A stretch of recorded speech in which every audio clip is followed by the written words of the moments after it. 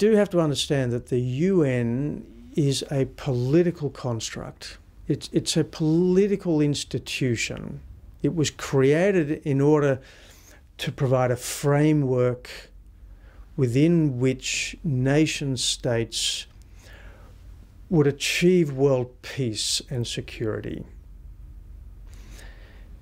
But international law is made by the states themselves, not by the UN as such. The UN is a political body.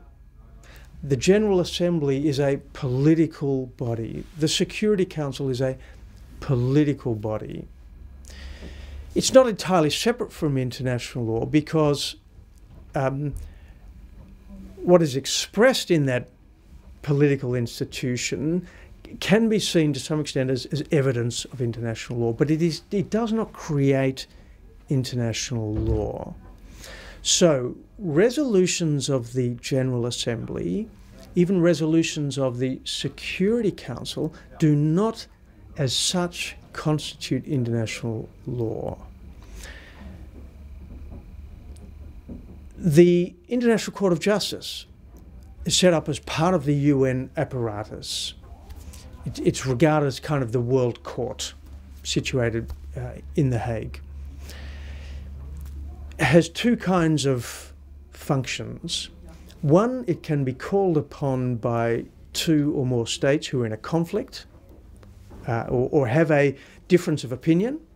It can be called upon by those states consensually, by agreement, by voluntary agreement, to resolve that dispute.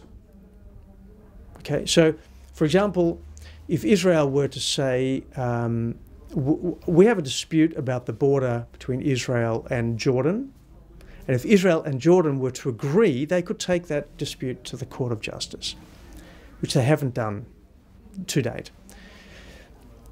Secondly, the court can be called upon to give an advisory opinion to any other UN body, including the General Assembly, which has happened on many occasions, and which is exactly what happened in relation to the security barrier.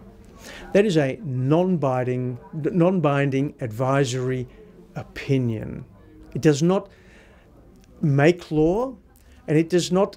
The statements that are made by the court are not binding decisions about international law. So, for example, the statement by the court in 2004 that the settlements are illegal under international law is a valid declaration, but it is not binding, and it doesn't resolve the issue of the status of the settlements. So every state is, I would argue, obliged to look at the question, what is the status of those settlements under international law? And we take into account what the court has said, but as states, we determine under international law what is the status of the settlements, and we have to look at the broader issues, international legal issues, in relation to that topic. So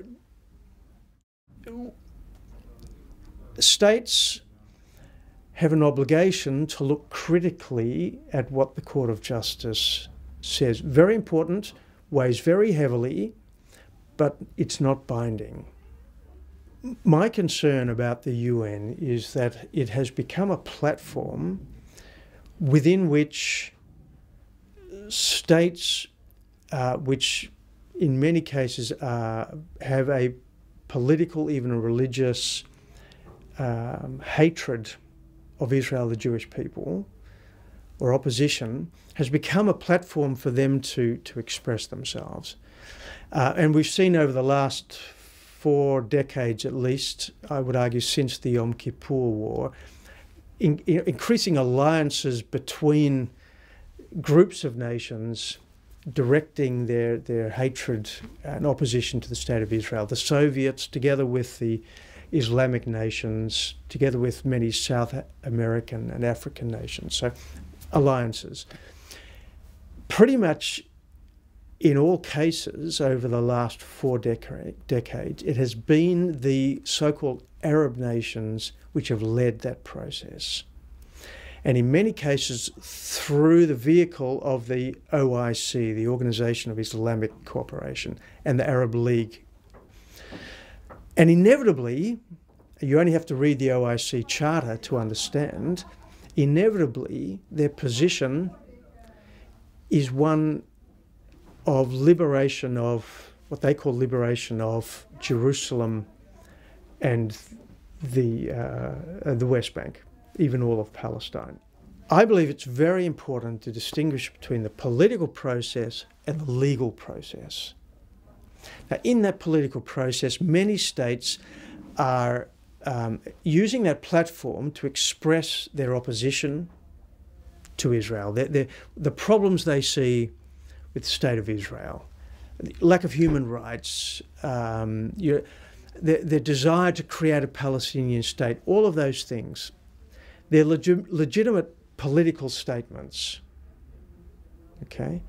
And we've seen particularly the Arab state and the Islamic states being very dominant in that process. So the many resolutions which have come out of the General Assembly time and again, talking about Palestinian statehood, lack of human rights, all of these things, what some would call Israel bashing, coming out of the General Assembly are political statements. They are not legal statements. That's the first point. You have to distinguish between law and politics. The second point is, I would argue that many of those statements and that process is in conflict with the UN itself. I really do believe what's happening is that the UN is being, in a sense, misused to conflict with basic UN values themselves. The UN is based on friendliness between nations. It's based on the principle of peaceful resolution of disputes.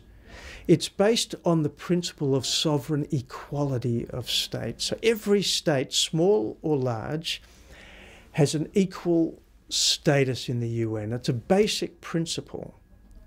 You can't then form a bloc of nations to persecute one state. So Israel must be recognised as a legitimate, sovereign, equal state under the UN Charter.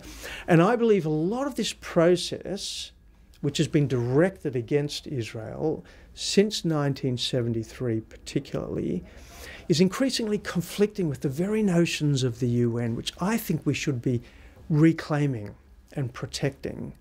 And that is, in the case of Israel and Palestine, Israel and its neighbours, the only way to achieve peace is through peaceful, non-belligerent negotiation, and not through hostility, and not through supporting some kind of right to terrorist liberation movements, which is what the PLO in many ways still remains. We cannot allow the international community to be accepting Hamas as a legitimate player in this process. Why not? Because Hamas supports and promotes the use of force and terrorism against a legitimate sovereign state, which in my view is conflicting with the very principles on which the UN is based. And I believe it's up to the free states, the Western states, all states actually, to comply with those basic principles of the UN. And the whole peace process needs to be based on those principles.